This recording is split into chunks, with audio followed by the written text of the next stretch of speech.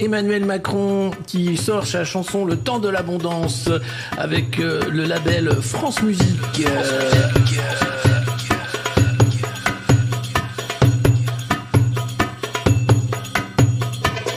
C'est la fin de l'abondance. C'est la fin de l'abondance. C'est la fin de l'insouciance. C'est la fin de l'insouciance. Le début de la souffrance.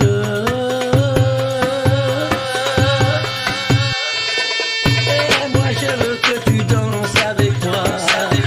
Et moi je veux que tu danses avec moi. Et moi je veux que tu tendes ta main. Je veux que tu dises que tout va bien. Et moi je veux que tu danses avec moi. Et moi je veux que tu danses avec moi.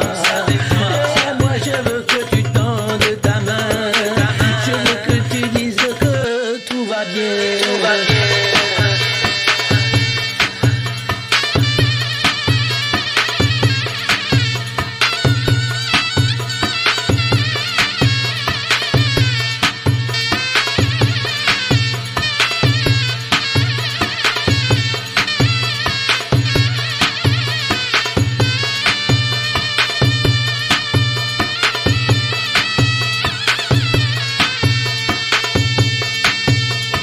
Ah, c'est fini, le temps de l'abondance.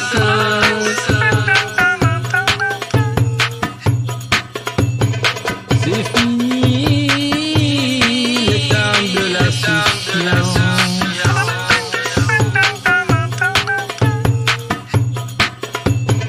Commence maintenant le temps de l'enculance.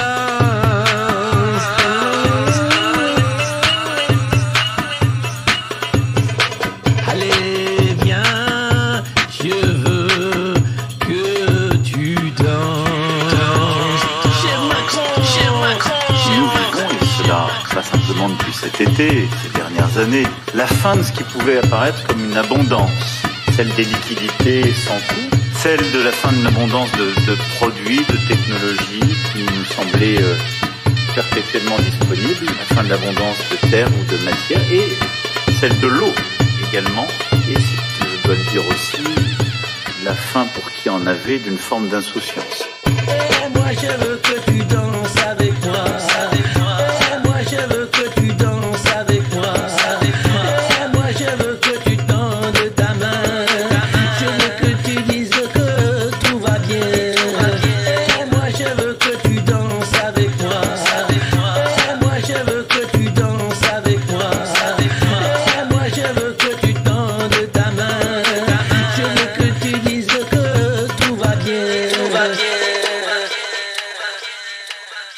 C'est fini le temps de l'abondance.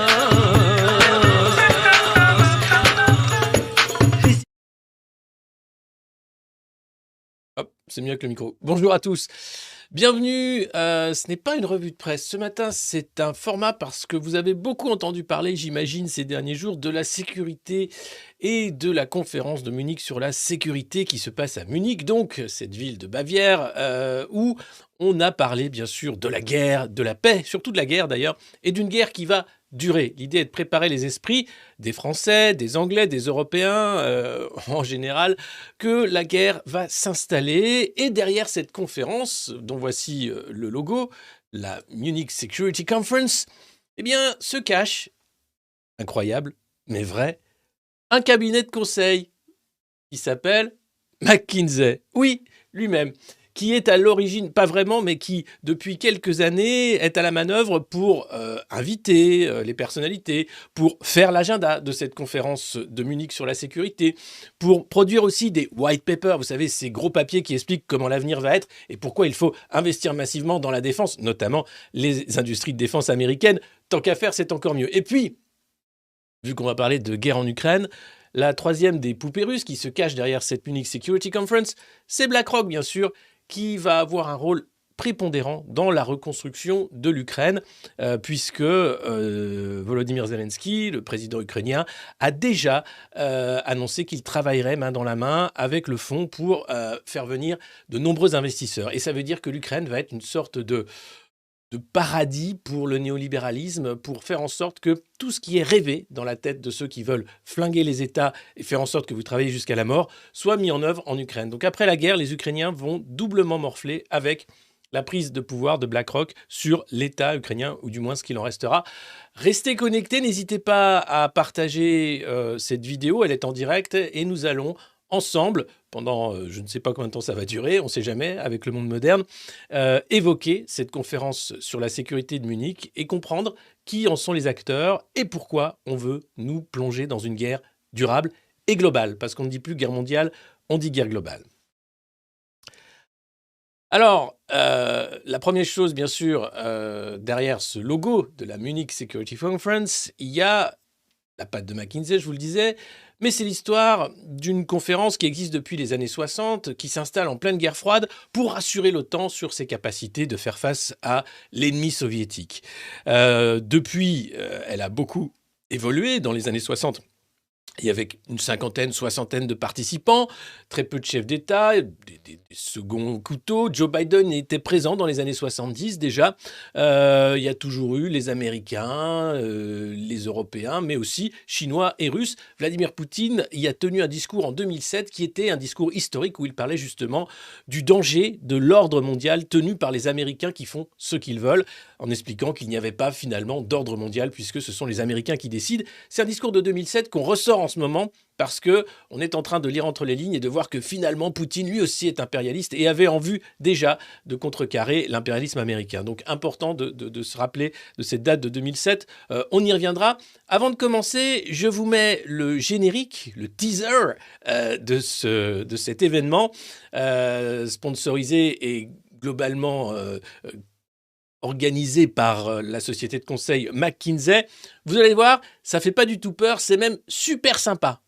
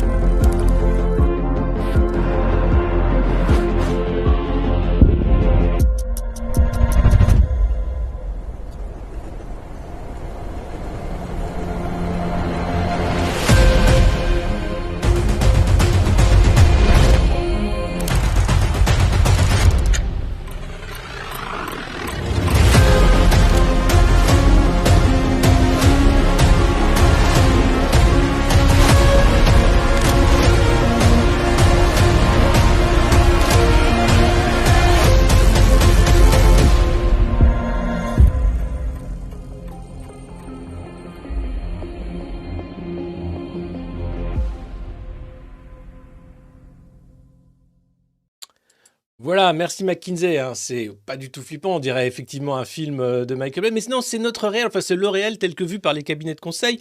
Ce forum, enfin cette conférence sur la sécurité représente à peu près les mêmes acteurs, hein. On va trouver les mêmes stakeholders que Davos quasiment, avec le même globish qu'on va retrouver. L'idée, vous avez vu, ils arrivent à mettre les vaccins, la santé, la sécurité, la cybersécurité évidemment, les terres rares, tout ça fait un mix évident. Si vous allez voir, cette conférence a beaucoup évolué depuis les années 60, notamment sous la férule de McKinsey et d'Ursula von der Leyen, puisqu'elle a été ministre de la Défense. On va s'arrêter longtemps sur la carrière de Madame von der Leyen parce que c'est important pour comprendre pourquoi McKinsey nous gouverne. Ça, c'est Bill Gates et Tedros. Vous voyez, l'OMS est invité également à cette conférence pour la sécurité. On peut se demander pourquoi. Il était là-bas en 2022, il est là en 2023 pour parler pandémie, bien sûr. Pas pour parler armes biologiques, non, pour parler pandémie, préparation des pandémies, sécurité, toujours. La sécurité est le cheval de Troie de cette technocratie autoritaire qui voudrait imposer sur nous du QR code et du contrôle total. C'est pas conspi de dire ça. Il y a une volonté chez les cabinets de conseil de quantifier, de donner, de traiter les données, de faire que l'humain soit une donnée comme une autre, et une donnée particulièrement importante puisque c'est de l'argent, hein, faut pas oublier ça. Alors, lui, c'est le grand maître d'œuvre, le chef d'orchestre depuis 2009. C'est un diplomate allemand qui s'appelle Wolfgang Ischinger. C'est un diplomate à la retraite et qui a transformé vraiment ce rendez-vous qui était un rendez-vous plutôt plan-plan, de la guerre froide pour faire un peu l'état des lieux. Là, c'était financé par l'État allemand. Lui, en fait, a transformé la Munich Security Conference en une GmbH, c'est-à-dire c'est une entreprise privée en 2011. Et c'est en février 2022 que Christoph Heusgen a pris la suite de ce monsieur. Mais ce monsieur a vraiment changé complètement le braquet et ce qu'était la Munich Security Conference, comme vous l'avez vu, puisqu'il faut savoir qu'auparavant, il y avait le gouvernement allemand et quelques donateurs, mais côté local, qui finançaient l'événement, et en 2008, le financement était à hauteur de 1 million. Eh bien, il faut savoir que à partir de 2022, enfin, en 2022, pardon, grâce aux nombreux corporate fundings, McKinsey qui fait du in-kind, mais vous avez à peu près les mêmes boîtes que Davos, c'est à peu près la même chose, c'est un Davos de la défense. Eh bien, le financement de cet événement, la conférence pour la sécurité de Munich, est de 10 millions d'euros. Donc on est passé de 1 million en 2008 à 10 millions d'euros, tout ça grâce à McKinsey aussi qui organise bien sûr l'événement.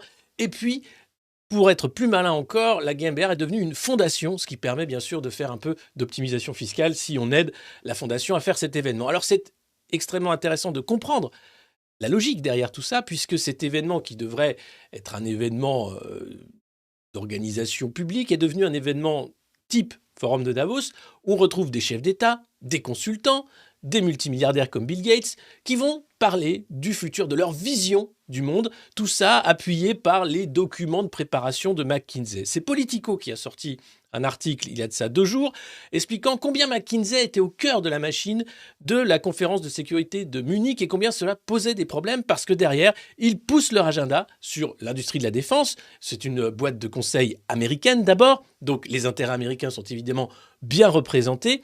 Et tout ça nous fait douter de l'intérêt de cette conférence où nos leaders, que ce soit Emmanuel Macron, mais Rishi Sunak, Kamala Harris pour les États-Unis, sont là pour nous expliquer que la guerre va être longue. Guerre en Ukraine notamment. Et on va y revenir évidemment au cours de cette présentation. Je vous disais qu'il fallait s'arrêter sur la carrière de von der Leyen, puisque avant d'être présidente de la Commission européenne, Madame von der Leyen a fait une carrière en tant que ministre de la Famille, puis ministre de la Défense dans le gouvernement Merkel. Elle devait d'ailleurs sans doute succéder, mais il y a eu de nombreux scandales qui ont émaillé son passage au ministère de la Défense. Et elle devient, pour l'histoire, ministre fédérale de la Défense en décembre 2013. C'est la première femme qui occupe ce poste. Et elle est reconduite en 2018. Et donc, c'était vraiment quelqu'un qui était dans les petits papiers pour avoir une suite à la tête du gouvernement allemand. Mais elle a été exfiltrée à Bruxelles pour des histoires de cabinet de conseil. Et oui, vous allez voir. Alors, d'abord un peu d'histoire sur Madame von der Leyen. Ça, c'était au ministère de la Défense. On y reviendra. McKinsey, on y reviendra. Voilà, ça c'est les armoiries de la famille de son mari, Heiko von der Leyen, qui était d'une famille noble. Eux étaient dans la soie.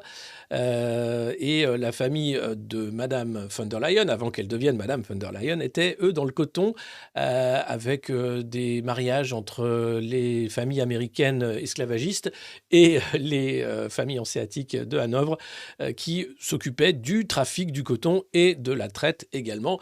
Donc un beau passif, mais ce n'est pas de sa faute, elle est née dans une belle famille, que voulez-vous, une belle famille d'esclavagistes. C'est chacun sa vie. Quand elle était ministre aux Affaires sociales, ministre à la Famille, son surnom, c'était déjà Zensursula. Zensur, c'est censure en allemand, vous l'aurez compris. Pourquoi ? Parce qu'elle luttait contre les réseaux de pédopornographie sur Internet, et ça, on peut l'applaudir et merci. Seulement, elle a pris goût à la censure et s'est allée un peu trop loin dans la façon de vouloir typiquement censurer l'accès à Internet. Ça vous rappelle quelque chose ? Oui, elle est maintenant à la tête de la Commission européenne et on voit bien que l'agenda de censure n'a jamais été aussi haut dans la liste des priorités politiques de la Commission européenne. Donc elle a ce passif de Madame Censure et de Madame quand même Casserole. Alors ça, c'était quand elle était ministre de la Famille. Vous voyez, Hugh Jackman, Wolverine, la met dans une poubelle. C'était sur le plateau d'un late show allemand. Si vous avez raté ça, voilà, c'est toujours un truc assez marrant. Comme quoi l'histoire, comme quoi la vie, c'est un peu les Simpsons en vrai. Alors, on va revenir donc sur cette carrière pour comprendre qui elle est. En 1976, Madame von der Leyen obtient un abitur donc en mathématiques et sciences. Elle étudie les sciences économiques à Göttingen, Münster, et puis elle va aller à la London School of Economics, exfiltrée par sa famille. Elle va pas vraiment étudier là-bas. Elle va être mise là-bas pour être protégée des Brigades Rouges, parce que les Brigades Rouges avaient pour peut-être projet, ça n'a jamais été prouvé, mais d'enlever les enfants des dirigeants allemands, puisque le père de Madame von der Leyen était, lui, un éminent politique allemand au niveau des Länder, et il avait fait d'ailleurs une magouille avec les services de renseignement pour faire une fausse tentative d'évasion d'un membre des Brigades Rouges pour l'enfermer dans les quartiers de haute sécurité. C'était très mal passé auprès des Brigades Rouges, et on les comprend. Et donc elle est à Londres, sous un nom d'emprunt, puisqu'elle elle prend le nom d'ailleurs de ses ancêtres, un nom à consonance anglo-saxonne pour ne pas être attrapée par les Brigades Rouges, voyez. Ensuite, ce qu'on sait, elle s'appelle Rose Ladson, voilà, pardon. Rose, c'est son arrière-grand-mère américaine. Voilà. Alors, il faut savoir que sur la thèse de doctorat d'Ursula von der Leyen, c'est un site internet anti-plagiat qui s'appelle Vroniplag Wiki, qui a décelé quand même 27 pages de la thèse de doctorat qui sont totalement pompées sur d'autres thèses. Alors, elle a rejeté ces allégations, bien sûr. Après avoir effectué une vérification préliminaire, l'université ouvre une procédure formelle d'examen. Nous sommes en 2015. Et en 2016, à la suite d'une enquête universitaire, il est décidé de ne pas lui retirer son titre de docteur. Elle est de belle famille, elle a un bel avenir. Il faut protéger Madame von der Leyen déjà très tôt. Elle est née dans la soie avec une petite cuillère en argent dans la bouche, donc sa vision du monde est forcément aristocratique. Ça vous explique aussi beaucoup de la façon dont on est prêt à envoyer des générations se faire bousiller dans la boue, puisque c'est à peu près les mêmes causes qui produisent les mêmes effets en matière de guerre. C'est l'aristocratie financière qui fait la guerre, parce qu'il n'y a pas d'autre gré de reset que la guerre quand c'est une faillite générale de l'économie. Alors, finalement, on ne lui a pas retiré son titre de docteur. Il y avait pourtant des professeurs de droit comme Volker Rieble ou Gerhard Dannmann qui étaient totalement en désaccord avec ses décisions et qui trouvaient que c'était, là encore, un passe-droit, qu'elle n'avait pas à avoir sa thèse validée. Donc vous voyez, ça fait longtemps qu'Ursula von der Leyen est protégée, c'est assez étonnant. C'est en 86 qu'elle se marie avec son mari médecin, Heiko von der Leyen, issu donc de la famille von der Leyen, qui fait fortune donc dans la soie, et lui deviendra bien sûr médecin, mais surtout il est patron d'une entreprise d'ingénierie médicale, bien sûr dans tout ce qui est la biotechnologie, vous la connaissez, il s'agit de Orgenesis qui a chopé des millions de contrats de l'Union européenne pour la recherche, tout ça va très bien, bien sûr, il n'y a pas de corruption du tout, puisque c'est pas parce qu'elle n'était pas à l'Union européenne auparavant, et son mari est formidable, bien sûr, il s'agit de thérapie cellulaire et génique, et vous comprenez là encore pourquoi la santé est si haut dans l'agenda de l'Union européenne. Ensuite, qu'est-ce qu'on sait sur elle? Ah oui, quand même, pour vous dire le niveau de qualité d'Ursula von der Leyen, en juillet 2009, hein, quand elle luttait contre la pédocriminalité en ligne, elle explique que c'était très difficile puisque les serveurs étaient délocalisés en Afrique et en Inde. Et selon elle, à l'époque, en 2009, elle fait une déclaration disant que la pédopornographie est légale en Inde. Alors non, c'est pas vrai. Pas du tout. Elle est illégale partout, y compris en Inde, et donc elle a été obligée de présenter ses excuses. Voilà, c'est donc du haut niveau à qui nous avons affaire. Un peu, ça vous rappelle la Macronie, c'est normal, c'est du même bois, ça vient à peu près des mêmes cabinets de conseil. Et puis, avant de passer donc à la conférence de sécurité de Munich, puisqu'elle a fait de nombreux passages en tant que ministre de la Défense allemande. Voilà ce qui s'est passé lorsqu'elle était dans son ministère à la Défense, donc en Allemagne. Beaucoup de soupçons quand même de favoritisme et de corruption au ministère de la Défense, notamment des consultants externes recrutés sans appel d'offres pour plusieurs dizaines de millions d'euros de contrats. En seulement 7 mois, plus de 200 000 euros auraient été versés. C'est du jamais vu, c'est-à-dire que plus d'un quart du budget fédéral est passé dans son ministère pour payer des cabinets de conseil. Ça vous rappelle quelqu'un? C'est normal, c'est la même chose. À titre d'exemple, 10 consultants externes auraient reçu plus de 2 millions d'euros entre février et août 2018. Février, mars, avril, mai, juin, juillet, août. 7 mois, 2 millions d'euros pour seulement 10 consultants externes. Là, ça pose question. Pour avoir travaillé sur le seul projet informatique, Site Cadrat, avec des taux horaires à 223-252 euros, ça n'a pas choqué Madame von der Leyen, ni sa numéro 2, qui d'ailleurs était issue des cabinets de conseil et y est retournée. Elle ne répond à aucune question de la presse. Puisqu'il faut savoir que c'est elle qui a choisi de faire venir une ancienne de McKinsey à son cabinet, qui a ensuite organisé le ruissellement d'argent public pour les cabinets de conseil au ministère de la Défense allemand, sans appel d'offres bien sûr, pour des sommes pharaonique, on l'a vu. Tout ça, bien sûr, malgré les enquêtes, ce n'est pas elle. Elle a répondu juste lorsqu'elle était nommée présidente de la Commission européenne devant une commission d'enquête en Allemagne, que ce n'était pas elle qui prenait les décisions, mais que c'était un niveau hiérarchique inférieur, c'est-à-dire cette dame qui venait de McKinsey et qui était quand même bien copine avec Ursula. Un porte-parole du ministère allemand de la Défense a déclaré qu'il s'agissait d'un projet informatique extrêmement complexe, mis en œuvre en raison de son importance fondamentale pour la structure informatique, blablabla. Oui, c'est comme regarder les piscines avec Google Street View, ça coûte un bras. On a les mêmes à la maison. C'est ça qui est terrible, c'est que quand vous commencez à regarder ce qui se passe, qui sont ces gens, pourquoi ils nous gouvernent si mal, pourquoi ils sont inféodés au cabinet de conseil, c'est à peu près tout le temps la même chose. Alors, attendez que je vous retrouve. Sur McKinsey, toujours, excusez-moi, pareil, voilà, McKinsey et compagnie. Lorsqu'elle prend la tête du ministère de la Défense allemand, elle s'engage à mieux gérer le budget pour le matériel militaire après avoir publié un rapport préparé par KPMG. Bon, puisqu'il y avait eu des coûts pour l'Airbus Eurofighter notamment, à chaque fois qu'on a généralement des projets franco-allemands de défense, ça fait pchit et ça coûte une fortune pour rien. Au début 2015, elle a critiqué ouvertement Airbus pour des délais de livraison, notamment de l'A400M. Et puis, sous sa direction, le ministère a accepté de recevoir 13 millions d'euros comme indemnisation pour les délais de livraison. Donc elle a quand même bien géré, c'était ça. Mais l'armée lui reproche ses méthodes de travail. Elle est régulièrement accusée de mauvaise gestion du budget de son ministère. Et en 2019, et ça c'est important, il faut savoir que sa popularité tombe sous les 30%. Ça vous rappelle quelqu'un? Oui, c'est pareil. Sauf qu'elle ne se présente pas pour être Madame Merkel. Non, elle s'enfuit à Bruxelles à cause des affaires, évidemment. Une étude d'opinion réalisée pour le quotidien Bild indique que les Allemands la perçoivent comme la deuxième personne la moins compétente du gouvernement. C'est impressionnant. C'est-à-dire qu'on a affaire à quelqu'un qui est incompétente de l'avis des Allemands, qui a clairement mal géré son ministère de l'avis du ministère et des différentes commissions d'enquête. où de forts soupçons de favoritisme pèsent, notamment vis-à-vis des cabinets de conseil comme McKinsey. Ça vous rappelle quelqu'un? C'est normal, c'est la même personne, quasiment.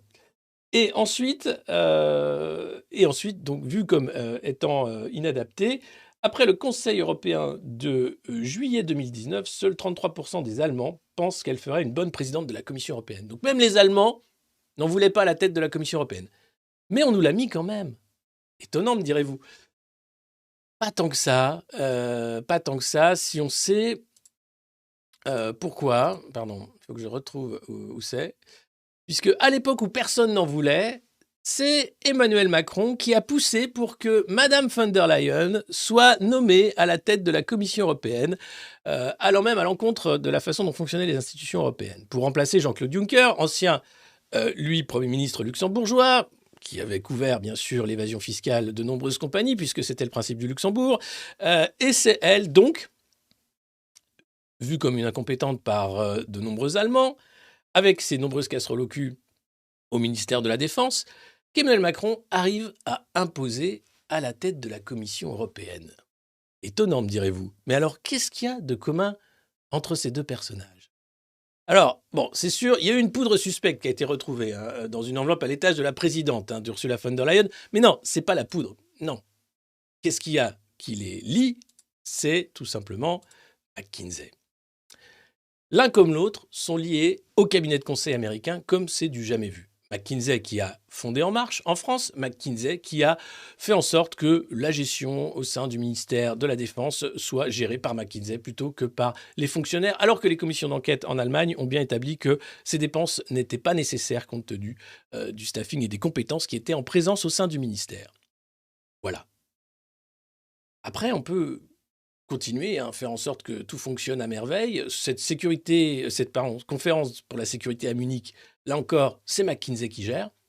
Tout ça nous paraît normal. Pourquoi?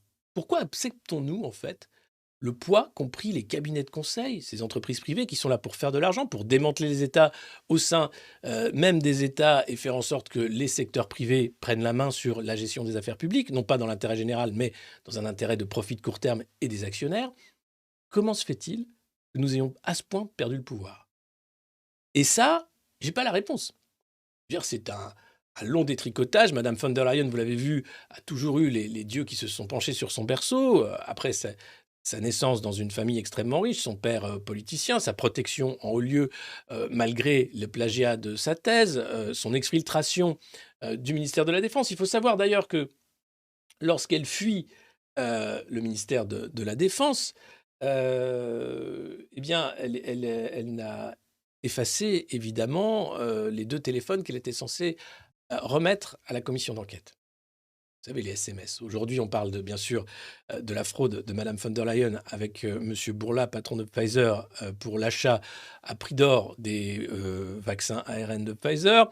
Il suffit que ce soit un journal américain, le New York Times, qui demande l'accès à ces documents puisque les médias européens, visiblement, ne souhaitent pas s'intéresser à ce dossier extrêmement sensible. Heureusement, quelques députés européens y travaillent et essayent de faire la lumière sur ce potentiel scandale, puisque, compte tenu du passif extrêmement lourd de Madame von der Leyen, ça me paraît assez grave de lui donner les commandes de la Commission européenne sans avoir suffisamment de garde-fous par rapport à la façon dont elle a fait déjà, sans doute, du favoritisme la défense.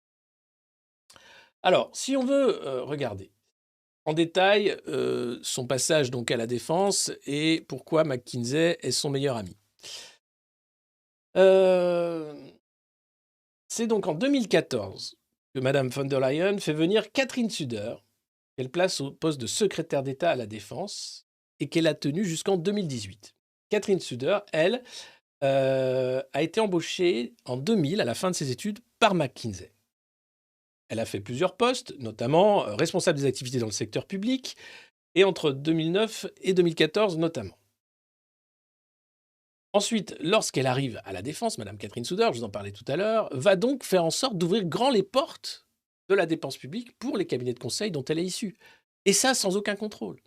Et c'est Madame von der Leyen qui s'en défend en disant que c'est Madame Suder qui, elle, était à niveau hiérarchique inférieur, avait fait ce choix. Mais c'est elle qui validait tous ces choix. C'est Madame von der Leyen, au ministère de la Défense, qui a fait en sorte de donner autant d'argent au cabinet de conseil, sans aucune contrepartie, puisque derrière, rien ne s'est passé en réalité, si ce n'est donner de l'argent public à des consultants qui ne savent même pas sur quoi ils conseillent. La première alerte, c'est devenu suite à une mission d'audit du cabinet Deloitte qui a fait ressortir l'attribution par le ministère allemand de la Défense de contrats de plusieurs millions d'euros sans appel d'offres. Et c'était là une filiale de McKinsey, puisque McKinsey est assez malin, hein, ils essaiment et ont des filiales qui n'ont pas le même nom, qui s'appelait Orphose, qui a récupéré ces juteux contrats. Les contrôles internes visant à faire respecter les procédures de marché public n'auraient été renforcés qu'à partir de la découverte par la Cour des comptes fédérale d'un cas similaire. Voilà. Donc on a là vraiment un truc de dingue, qui n'est pas de la corruption, mais qui est du favoritisme, du conflit d'intérêts, puisque, il faut savoir aussi qu'un des fils de Mme von der Leyen travaille pour McKinsey, ou a travaillé pour McKinsey. Enfin, il y a eu l'enquête de la Cour des comptes, puis les parlementaires allemands se sont penchés sur le recours des cabinets de conseil, et Mme von der Leyen a donc fait l'obstruction dont je vous disais, sur l'enquête parlementaire notamment, puisque les 2 téléphones portables professionnels qui ont été saisis pour les besoins de l'enquête avaient été totalement effacés, purgés de tous les messages avant d'être livrés à la commission d'enquête. Au printemps 2021, le site Consultor et Euractiv, on en reparlera tout à l'heure, soulignaient le recours de la Commission européenne au cabinet de conseil en stratégie avec une consulting mania. Quand est-ce que Mme von der Leyen est arrivée à la tête de la Commission européenne? Grâce à Emmanuel Macron, en 2019. Ah, et qu'en est-il des SMS avec Albert Bourla? Bon, ils vont être effacés sans doute. Comment c'est possible que ces personnalités, qu'on peut soupçonner quand même d'un manque d'intérêt pour la chose publique et d'une certaine déontologie que le poste demanderait, arrivent à des postes de responsabilité pareils? Parce qu'ils ne sont pas élus, bien sûr. Alors Macron, oui, mais d'une certaine façon avec une légitimité toute faible. Et parce qu'ensuite, ils sont organisés, en bande organisée, comme dirait Jules et ses amis de Marseille.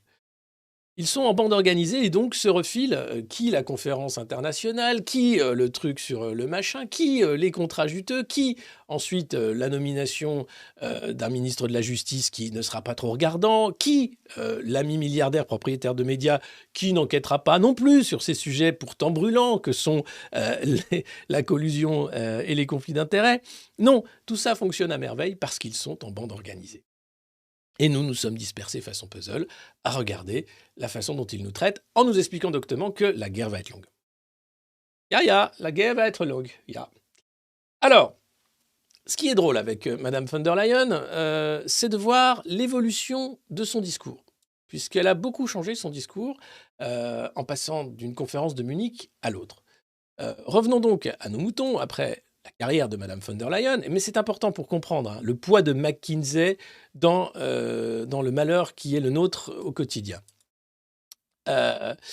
Voilà donc en 2015 ce qu'il se passait donc à Munich. Déjà à l'époque, Washington et l'OTAN avaient très envie d'envoyer beaucoup d'armes à l'Ukraine. C'était donc le commandeur en chef de l'OTAN, le général Philippe Breedlove, qui a dit que le support militaire ne devrait pas être exclu si les sanctions économiques et la pression diplomatique ne suffisaient pas, si la Russie n'arrêtait pas tout de suite de supporter, d'aider les séparatistes en Ukraine. Ce que nous devons accepter, c'est qu'il y a un sac à outils énorme que nous pouvons utiliser, notamment l'envoi d'armes. Et en 2014-2015. En 2003, tout s'est réalisé. Ça a été un peu long, mais la volonté américaine et otanienne d'escalader cette guerre jusqu'à un point de non-retour est un succès. Ensuite, le conseiller défense d'Obama, M. Ashton Carter, expliquait aussi au Congrès que lui était tout à fait pour envoyer des armes à l'Ukraine. Mais à l'époque, et ça c'est étonnant, la ministre de la Défense allemande, Ursula von der Leyen, Et le gouvernement allemand de Mme Merkel n'était pas tout à fait pour envoyer des armes à l'Ukraine. Vous voyez ce qu'elle disait à l'époque, nous sommes en 2015, c'est vraiment phénoménal de comprendre en fait comment ces gens-là n'ont aucune épine dorsale et font ce qu'on leur demande. Généralement, ça fonctionne très bien. Elle expliquait qu'il était important de rester unis en Europe pour soutenir l'Ukraine. Madame von der Leyen expliquait que des négociations avec la Russie sont tout à fait possibles, alors que ce n'est pas le cas, par exemple, avec l'État islamique. L'Allemagne voit l'Ukraine et la Russie comme une chance de montrer qu'au XXIe siècle, les nations développées peuvent résoudre leurs disputes, leurs conflits, autour d'une table de négociation et pas avec des armes. Voilà ce que disait Madame von der Leyen en 2015. Bon, aujourd'hui, c'est des armes, du fric, la guerre totale. Et longue, s'il vous plaît. Dire que la Russie a envoyé des chars en Ukraine. Mais parce que la situation est juste gangrénée depuis 2014. Elle a ajouté que la Russie a un supply, comment tu dis, quand tu peux envoyer des armes, de manière infinie en Ukraine. Et elle s'est demandé si tous les efforts de l'Ouest pourraient être à la hauteur des efforts que peut fournir la Russie pour armer les indépendantistes, enfin les sécessionnistes ukrainiens, ou même aider l'Ukraine. Donc à l'époque, Mme von der Leyen est très consciente, il faut une négociation, que les armes ne servent à rien, et que la course à l'armement est peut-être pour l'Ouest déjà perdue, puisque nous n'avons pas les moyens de se transformer en économie de guerre, ce qui est en train d'être fait grâce à McKinsey et à tous les gens qui nous gouvernent, qui nous maltraitent et qui souhaitent cette guerre. Mais en 2015, Mme von der Leyen est alignée sur la vision du gouvernement allemand. Il faut une négociation en Ukraine et il ne faut pas envoyer des armes. Mais Washington veut la guerre, veut des armes depuis 2015. Et c'est réussi. Encore une fois, les États-Unis ont gagné. Et si on revient un peu plus tard, lorsqu'elle est nommée à la tête de la Commission européenne, elle revient à la conférence de Munich. Et là, on est en 2019 et vous allez voir, son discours a bien changé. Elle a montré à quel point Berlin était sous la pression politique de sécurité. Dès le début, le ministre a reconnu que la demande américaine d'une augmentation des dépenses de défense était justifiée. On est 4 ans plus tard seulement. Nous, Européens, devons peser plus lourd dans la balance. L'appel américain en faveur d'une répartition plus équitable des charges est justifié, a-t-elle déclaré à Munich. Vous voyez le changement? Lorsqu'elle est ministre de la Défense en 2015, elle ne souhaite pas une course à l'armement et armer l'Ukraine pour faire cette guerre, mais veut qu'une négociation aboutisse le plus rapidement possible pour montrer que voilà à quoi servent les négociations. À peine nommée à la Commission européenne, elle s'aligne sur les demandes de Washington, qui remontent à 2014, de vouloir absolument une guerre en Ukraine. Et là, elle explique que c'est normal et que c'est à nous de supporter l'effort de guerre américain en Ukraine. Et ukrainiens, bien entendu. Mais pauvres Ukrainiens, ils sont simplement les proxys de la puissance américaine pour faire cette guerre sur ce territoire, certes envahi par la Russie, mais là, encore une fois, la négociation était sur la table il y a de ça 4 ans. Elle y a défendu une hausse des dépenses européennes dans la défense tout en soulignant les efforts de l'Europe en faveur de sa propre politique de défense commune. L'Europe a enfin fait son chemin vers une Union européenne de défense, ce qui implique également un renforcement de l'OTAN. Donc à peine nommée à la tête de la Commission européenne, Mme von der Leyen n'a plus qu'un but, faire que l'Europe devienne une économie de guerre, l'Europe de la défense on appelle ça, et faire qu'elle soit totalement inféodée aux objectifs atlantistes de l'OTAN. C'est passé très vite. Notre ministre de la Défense, où elle était un peu comme Scholz, qui hésite. Les Allemands savent très bien que s'ils rentrent dans la guerre, c'est fini. C'est une guerre globale, pas mondiale, globale. Attention, les mots comptent. Les mots comptent, c'est important. Surtout quand on travaille pour McKinsey, c'est quand même, on vend des mots. Et je vais vous mettre la déclaration de Kamala Harris, qui était donc à Munich, pour expliquer que les États-Unis avaient des preuves des crimes de guerre de la Russie. Et que donc, ils devront être jugés. Et que, vous allez voir, ça va mal se passer. Mais il faut un tribunal international pour ça. Il faut voir qu'en 2007, Vladimir Poutine, à Munich, fait son discours pour expliquer qu'il y en a ras-le-bol, en fait, de la mainmise des États-Unis sur l'ordre international, qui est en fait un désordre, puisque les États-Unis font ce qu'ils veulent. Le but des États-Unis dès 2014 est d'organiser la guerre en Ukraine. Il leur a fallu 6 ans, 7 ans. Ils ont réussi. Pareil pour le désordre dans le Moyen-Orient, ils ont réussi. L'Irak, ils ont réussi. Personne n'arrête jamais la volonté guerrière des États-Unis. Et donc en 2007, Poutine dit ça suffit. Alors après, il attaque la Géorgie. Enfin, évidemment, l'idée était de dire stop à l'OTAN, stop à l'atlantisme. Depuis, on revoit ce discours, mais il y a un vrai problème. C'est vraiment le tabou absolu. Encore une fois, on va d'abord écouter le discours de Kamala Harris, et puis ensuite, on parlera de Nord Stream. Parce que à Munich, aucun mot n'a été prononcé sur le sabotage de Nord Stream. Et, sans doute, a raison. And there is no doubt. These are crimes against humanity.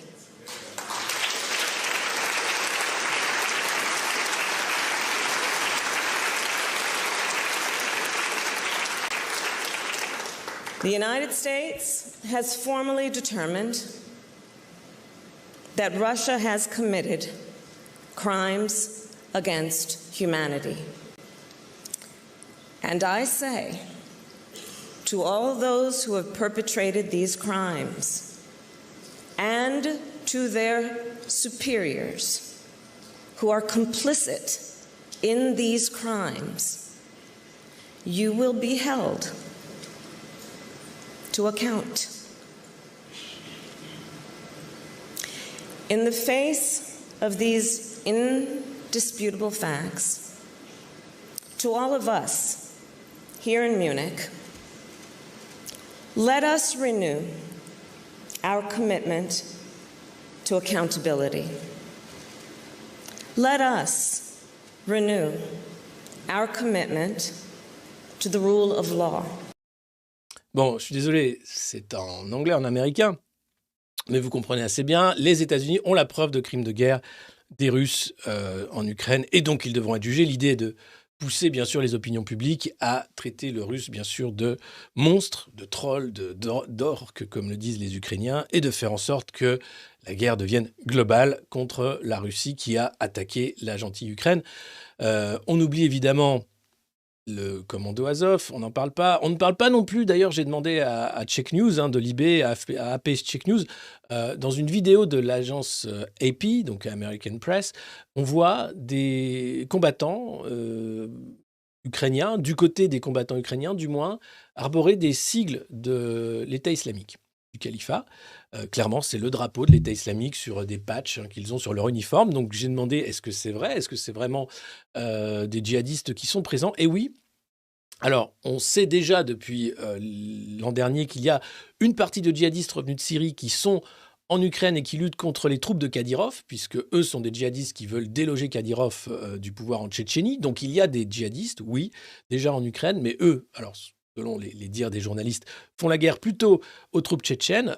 Et pour ce qui est de ISIS, des gens de l'État islamique, j'attends les réponses des fact-checkers avant de m'engager et de dire quoi que ce soit. Mais c'est une vidéo de AP, c'est pas de la propagande russe. Il s'agit là d'un film sur le front où on voit clairement ces sigles de l'État islamique sur des uniformes de soldats aux côtés des soldats ukrainiens. Ça pose question et vous le savez, à chaque fois une guerre, c'est une lutte de l'information, c'est un brouillard organisé, c'est des factions qu'on va utiliser les unes contre les autres.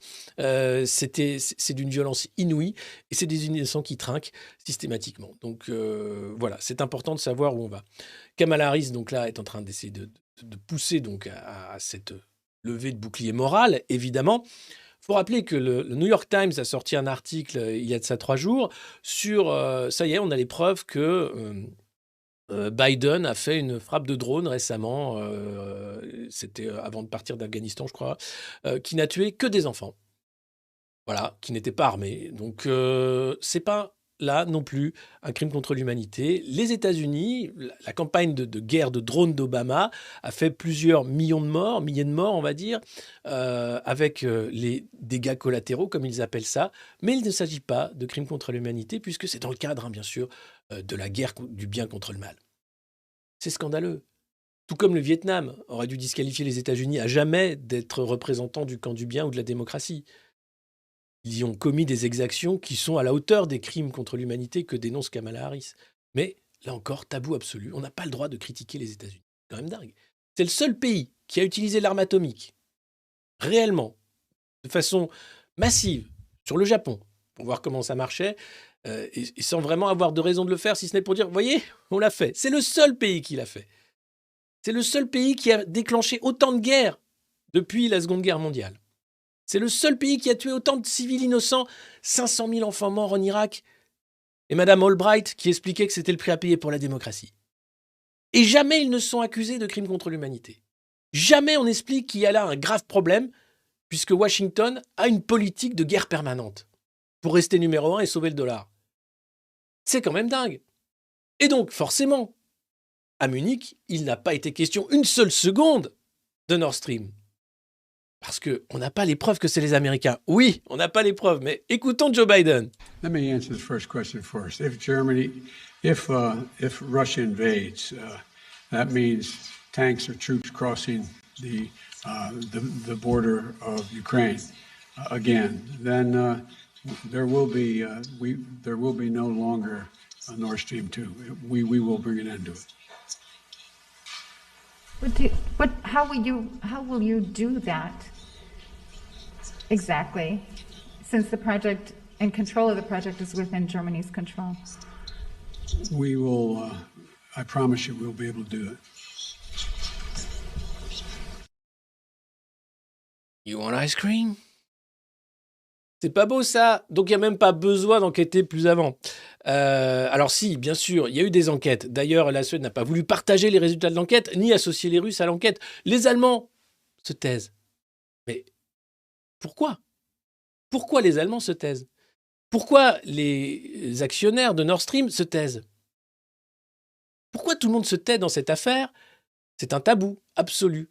Alors que un journaliste américain qui a eu le Pulitzer, qui a enquêté sur Abu Ghraib, sur les différents camps de torture américains, mais aussi sur le Watergate, a sorti, là encore, une enquête sérieuse, avec preuve que les États-Unis étaient à la manœuvre sur le sabotage de Nord Stream, avec des plongeurs qui ont mis des charges, etc., etc. Vous avez les détails dans ces articles. Et là, pas un mot sur le sabotage de Nord Stream. Surtout pas en parler. Zilch. Donc on a un vrai problème. Mais en revanche, alors là, pour ce qui est de faire la guerre et qu'elle soit longue et continuée, ça, tout le monde est d'accord. Tout le monde. Tous ceux qui nous maltraitent. Il faut voir aussi, dans les différents pays du monde, combien les dirigeants ont une faible légitimité démocratique. Parce que c'est le jeu, le jeu majoritaire. Hein. Vous savez, vous votez, et puis paf, Macron te fait une réforme des retraites. T'as jamais voté pour ça, mais c'était parce que sinon c'était Madame le... Mais derrière, regardez l'ampleur du désastre qui nous attend. Poussé par McKinsey, la guerre globale est à nos portes. C'est marrant parce qu'on ne dit plus guerre mondiale, c'est une guerre globale. Donc j'espère que si vous n'avez pas encore compris ce qui était en jeu, vous allez commencer peut-être à comprendre. Et maintenant, on va rentrer dans davantage de détails. Après la conférence de Munich, après McKinsey, on va parler de BlackRock. BlackRock, c'est ce fonds américain qui est propriétaire de à peu près tout dans le monde, pas forcément majoritairement propriétaire, mais qui a des intérêts partout et qui est là pour pousser l'investissement à droite et à gauche. Et ils ont des intérêts en Ukraine évidents puisque Volodymyr Zelensky a signé avec BlackRock un accord pour la reconstruction de l'Ukraine et pour faire en sorte que cette firme américaine aide les investisseurs à venir investir massivement en Ukraine à la fin de la guerre, mais aussi dès à présent.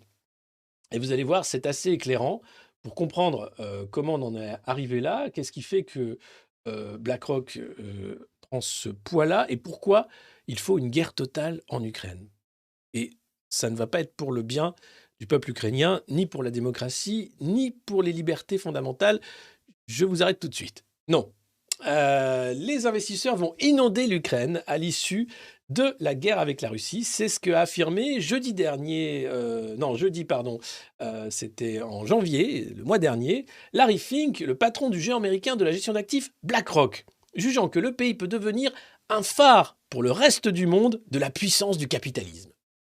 L'Ukraine va devenir un laboratoire du néolibéralisme.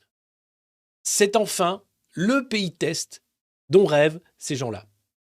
Il y a déjà eu le Chili de Pinochet à une époque, hein, qui a été imposée là aussi par les services américains pour maltraiter les Chiliens et faire en sorte de créer là aussi un petit laboratoire du néolibéralisme. On l'a vu, hein, donc c'est d'un côté une dictature sanguinaire contre les opposants et un ultralibéralisme avec aucun droit social et des travailleurs qui sont pressurisés quasiment comme des esclaves. Eh bien, c'est ce qui attend l'Ukraine après la guerre. Vous allez voir, c'est dans Trends. C'est aussi, vous pouvez retrouver ces infos dans la Tribune, Capitale, etc. C'est public, hein, puisque l'accord entre l'Ukraine et BlackRock a été rendu public, qu'ils en ont parlé et qu'ils s'en sont félicités. C'est extrêmement important de comprendre les rouages et de comprendre pourquoi on en est là aujourd'hui en Ukraine et pourquoi les cabinets de conseil anglo-saxons, les fonds anglo-saxons sont aussi importants et finalement, quel est le pouvoir de nos représentants politiques par rapport à ce pouvoir-là qui est sans limite.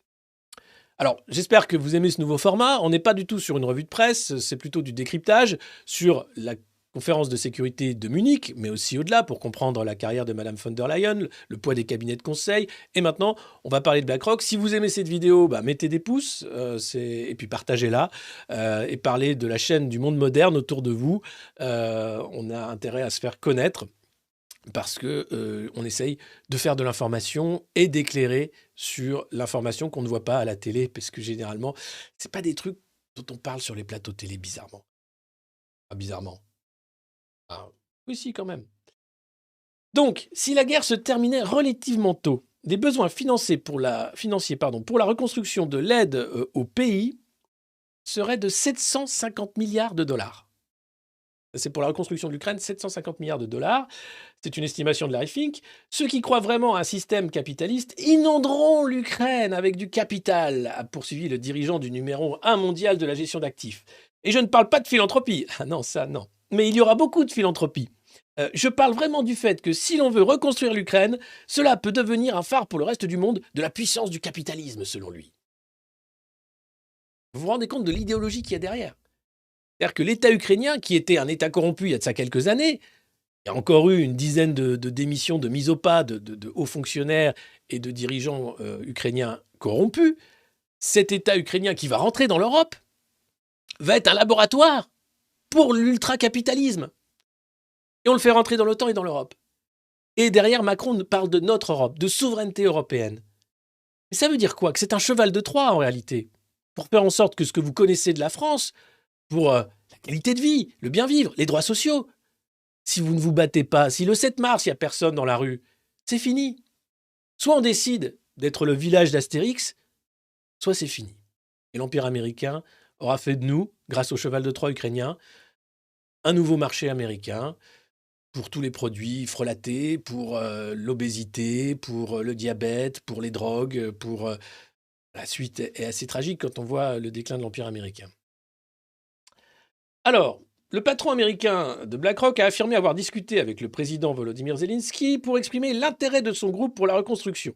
Il a par ailleurs affirmé avoir dit à M. Zelensky « Si vous nous embauchez, nous n'allons pas créer de nouveaux oligarques, mais une nouvelle Ukraine et une nouvelle Europe. » Et ça, c'est extrêmement important. Comprenez bien que les poupées russes, McKinsey, BlackRock, et puis derrière Washington, enfin, et pas Washington, Wall Street, c'est la finance qui joue son va-tout, en fait. C'est un tapis qui est mis là sur l'Ukraine. Un tapis de bombe pour le moment, mais un tapis de fric également. Et nous, on regarde ça en disant, mais qu'est-ce qu'on peut faire ? Pas grand-chose. Pas grand-chose, malheureusement. Alors, on va continuer avec BlackRock. L'Ukraine s'inscrivait déjà dans une dynamique favorable aux investissements. En décembre 2022, qui avait BlackRock négocié déjà depuis plusieurs mois, le Parlement ukrainien a adopté une législation favorable au développement immobilier qui avait été bloqué avant la guerre. Elle a pour fonction de déréguler la législation sur la planification urbaine au profit du secteur privé qui lorgnait avidement sur la démolition de sites historiques. Et là, vous comprenez aussi l'intérêt de Bouygues avec LCI de parler autant d'Ukraine. Évidemment, derrière, ça va être un Eldorado pour les promoteurs immobiliers et pour la reconstruction. Le secteur immobilier, ça a été une des premières lois votées pendant la guerre par le Parlement ukrainien pour déréguler et laisser le privé faire ce qu'il voulait.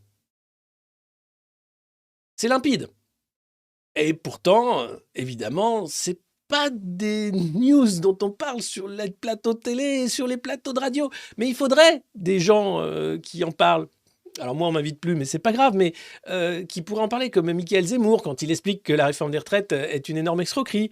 Ben, on pourrait expliquer aussi de la même façon ce qui est à la manœuvre aujourd'hui. Quels sont les enjeux de cette guerre en Ukraine? Au-delà des frontières et de la liberté des Ukrainiens. Non, il y a autre chose qui est radicalement différent et qui est de l'ordre de l'agenda néolibéral, de la prise de contrôle, en fait, de la finance sur les États et sur le politique. Alors, il y avait eu d'autres attaques du Parlement sur le droit du travail ukrainien, notamment. En fait, ils avaient légalisé le contrat 0 heure, qui permet d'employer des salariés avec des horaires très variables. 0 heure de travail, par exemple, mais 1 heure simplement, et puis après, t'es viré. Donc, l'idée, c'était d'affaiblir le pouvoir des syndicats. Et ces lois ont plongé 70% de la main-d'œuvre dans une situation d'informalité. Donc déjà, les travailleurs ukrainiens prennent cher. Mais il faut se rendre compte de ça aussi, la réalité. La violence économique avant la violence de la guerre.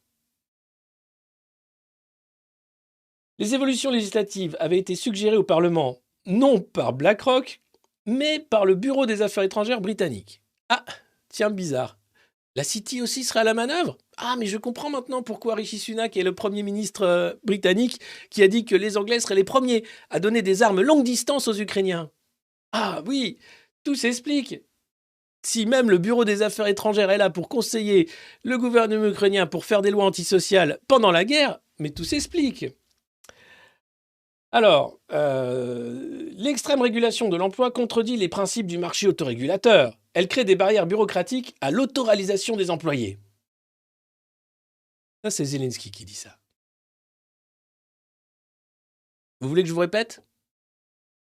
Faut comprendre qui est Volodymyr Zelensky, puisqu'il est dans les Pandora Papers, il a déjà été mis à l'index pour de l'évasion fiscale, et là, le voilà qui est finalement le factotum de l'oligarchie financière pour expliquer qu'il faut s'aborder tous les droits des travailleurs. L'idée étant que l'extrême régulation de l'emploi contredit les principes du marché autorégulateur, ça n'existe pas mais c'est pas grave, elle crée des barrières bureaucratiques à l'autoréalisation des employés. Il parle comme un consultant de McKinsey. Ce chef de guerre exceptionnel. Vous comprenez maintenant pourquoi il est choyé. Invité partout, en visioconférence, mais aussi en présentiel, comme on dit, pour expliquer clairement qu'il faut se battre. Oui, pour la liberté, mais la liberté totale. Enfin, non, celle de faire ce que toi, on t'oblige de faire, d'être corvéable à merci, de revenir vers un ancien régime, voire pire, sorte de nouvel esclavagisme. Alors, toutes ces fantaisies libertariennes, eh bien, quand on lit les documents de BlackRock, sortis de la tête de ces consultants phénoménaux, ils y décrivent l'Ukraine comme une start-up numérique, business-friendly et verte. On avait oublié. Mais oui, la guerre, c'est complètement durable et écolo. Ben oui. Non, attendez, parce que essentiellement grâce aux 9 réacteurs nucléaires américains de la société Westinghouse. Car les Américains vont aussi investir dans le nucléaire en Ukraine. Mais oui, c'est important. Il faut savoir qu'il y a 3 ans, Zelensky avait, avant la guerre, donc avant tout ça, c'était une sorte de Macron, lui aussi parlait de Startup Nation. Comprenez que ce sont les mêmes. Ils viennent tous du même moule, comme s'ils sortaient de l'école de formation du consulting de McKinsey. Voilà ce que disait le slogan de Zelensky il y a 3 ans. L'Ukraine, c'est un pays dans un smartphone.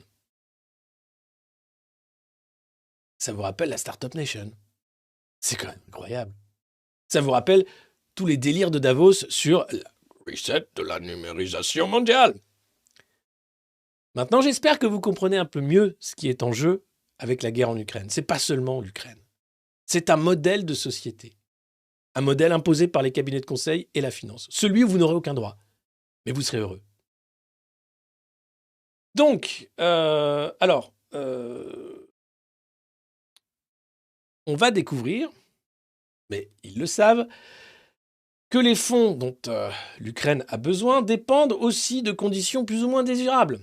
Il y a des réformes pour démanteler l'investissement public dans l'économie, ouvrir le marché national au capital étranger. Et bien sûr, ça va être l'accroissement des souffrances et de la paupérisation des populations, au-delà du fait de la guerre. C'est un agenda. C'est le même qui est mis en œuvre ici en France avec Emmanuel Macron, avec la même violence. La réforme des retraites, elle est là pour rassurer les marchés financiers. Elle est là pour faire plaisir à BlackRock et aux autres. Elle est là pour être sûr qu'on est dans le droit chemin, celui où il n'y a pas d'autre alternative que cette folie libertarienne qui va faire de nous des nouveaux esclaves. Mais avec un smartphone. C'est important. Donc, c'est un scénario que l'Ukraine a déjà connu, puisqu'en 2014, en Ukraine, le FMI et les représentants occidentaux, et c'était le vice-président Joe Biden qui était à la manœuvre à l'époque, avaient pressé le gouvernement ukrainien de mener des réformes structurelles, avec la réduction des subventions au gaz pour les foyers ukrainiens, la privatisation de milliers d'entreprises publiques, la levée de l'ancien moratoire sur la vente des terres agricoles. Oh, tout c'est clair. Et puis alors après, bien sûr, Hunter Biden, le fils de Joe Biden, était payé plus de 60 000 $ par mois par Burisma, une firme ukrainienne de l'énergie. Tout ça, bien sûr, n'est pas de la corruption. Non, non, c'est du talent. J'espère que vous comprenez. Et j'espère que vous partagerez cette vidéo parce que ces informations, elles ne sont pas connues. Elles sont publiques et elles devraient être connues et rabâchées. Derrière la volonté américaine de guerre totale, il y a la volonté de faire de l'Ukraine un laboratoire du capitalisme triomphant. Américain en l'occurrence. Avec une horreur sociale. L'idée qu'il y ait une guerre des classes, elle est même dépassée là. On rentre dans un néo-esclavagisme numérique. J'emploie des mots forts parce qu'il faut employer des mots forts et puis il faut peut-être essayer de réveiller les Français qui pensent vivre dans un certain confort. Il suffit d'aller à l'hôpital, de demander des médicaments pour voir que ce confort est extrêmement précaire en réalité. Il suffit d'être au chômage aussi et chercher un emploi pour voir que la fable du plein emploi vantée par la Macronie ces derniers jours est un scandale. Il faut aussi comprendre que le RSA conditionné à 15 à 20 heures de travail est là aussi une petite rivière qui va vers ce laboratoire du néolibéralisme triomphant. Il faut comprendre qui sont Emmanuel Macron, Ursula von der Leyen, Volodymyr Zelensky et Joe Biden. Il faut comprendre qui sont les financiers de ces gens-là. Alors, on fait notre petit boulot à notre petite échelle. Donc, si vous pouvez nous aider, merci beaucoup. Il suffit de vous abonner à notre chaîne, de partager cette vidéo. C'est déjà formidable. Merci beaucoup. Et puis, on fera d'autres formats de décryptage comme celui-là. Et puis, pour finir, parce qu'on ne peut jamais finir comme ça sans Macron, je vous mets un petit Macron qui parle anglais. Parce que suédois. Allez, je vous restez parce que je vois que vous êtes contents, vous êtes installés là, l'air de rien.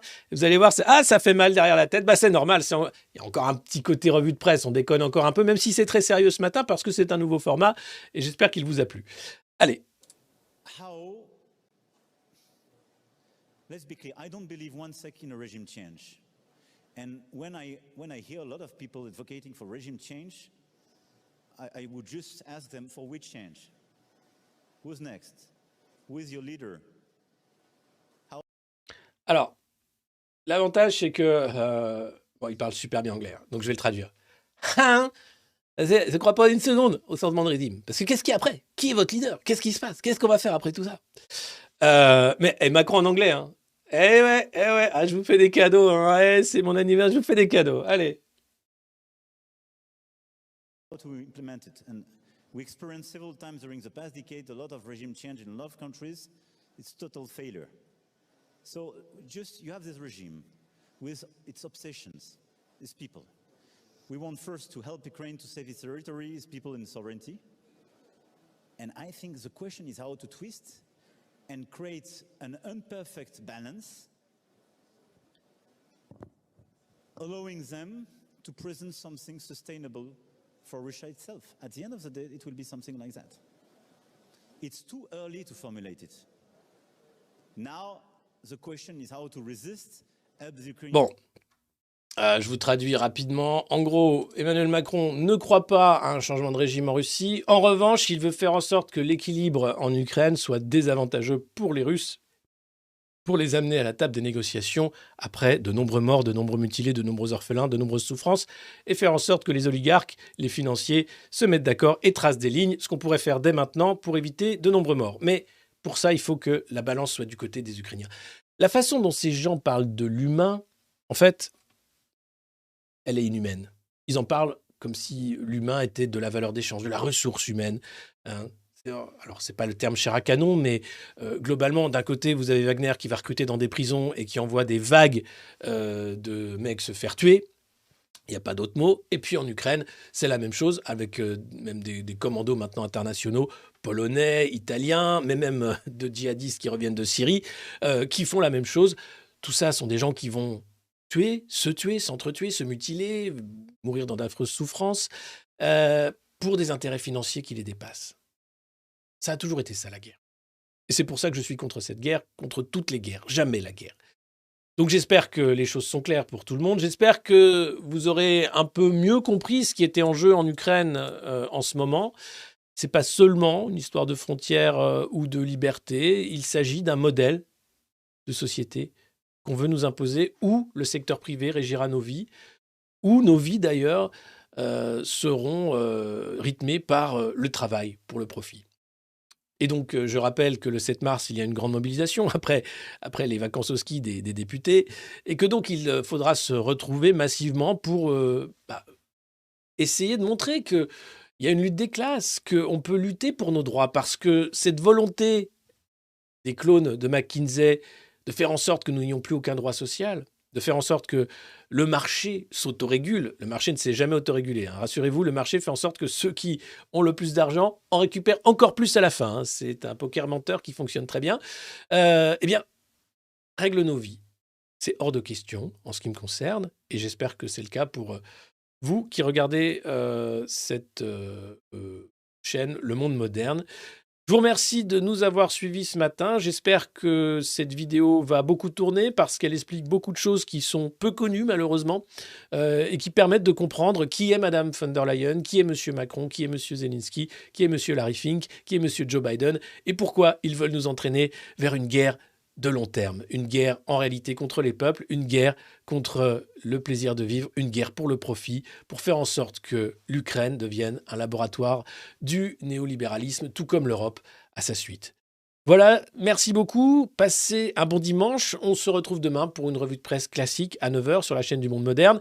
D'ici là, n'hésitez pas à vous abonner ici sur Patreon ou ailleurs, à partager cette vidéo, à mettre des pouces si ça vous a plu et à en parler surtout autour de vous parce que l'audience, c'est la clé et le bouche-à-oreille, c'est extrêmement important. Ce nouveau format reviendra, on parlera d'autres dossiers importants parce que ce décryptage-là, il manque cruellement lorsqu'on est en démocratie pour comprendre ce qui est en jeu, et ce n'est pas ce qu'on croit. Loin de là. Merci beaucoup.